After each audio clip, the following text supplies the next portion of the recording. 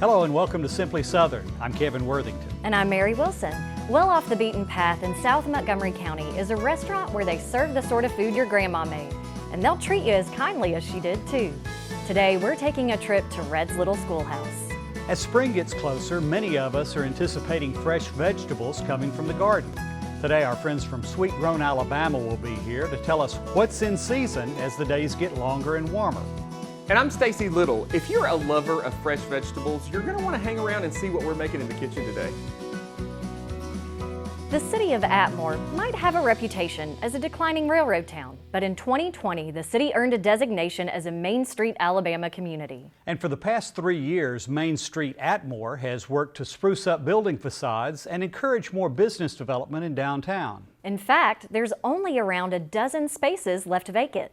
And if you haven't passed through town in a while, you might not even recognize the place.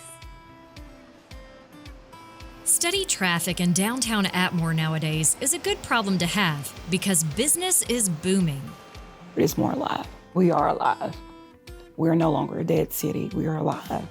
The old railroad town's renaissance has even astonished lifelong residents.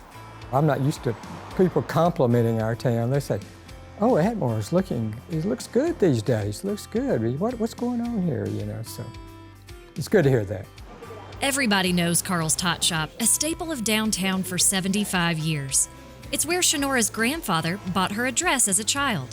I was all excited. I remember it was elongated, it had ruffles, and Big Daddy said I was cute. I'd say in the last 5 or 6 years that end of town has started to reinvigorate, and that's because there's a lot of young people with, ideas and stuff and dreams. Courtney Harris is one of those dreamers. Mom to 4, her children's boutique opened last summer. When I have one child, it's one thing to go an hour out of town for an outfit, a bow, a pair of socks. But when you have 4, I'm not going anywhere.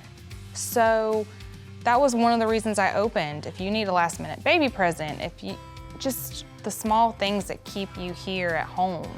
Add in the re-illuminated Strand Theater sign and the buzz around town is electrifying. Sometimes you just need a light. That's what that sign, just one thing, did for the city. It brought back that glow. Atmore is a place to be. When I first moved here, the movie theater across the street was still open.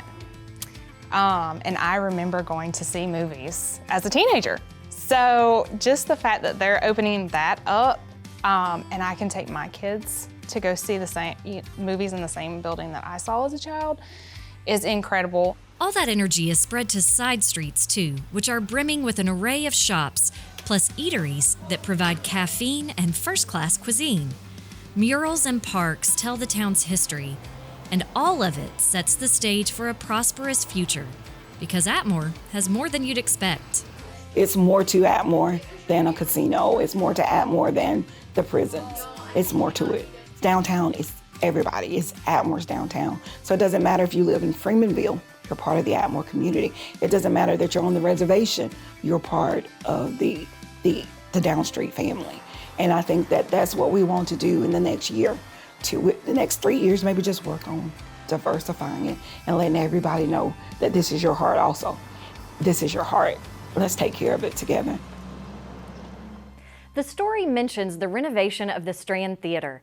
That's a project of a group called the Pride of Atmore, and it started even before the town became a Main Street community. The Pride of Atmore is also renovating the old hardware store next door to the theater. Called the Encore, it'll be an event space that can be rented for special events like weddings. You can keep up with everything happening in downtown Atmore by following Main Street Atmore on Facebook.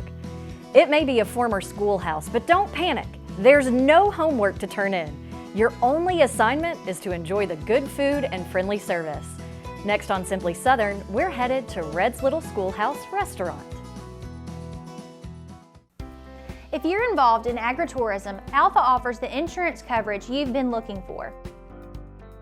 On-farm activities typically require additional coverage above the standard commercial business or farm owner coverage.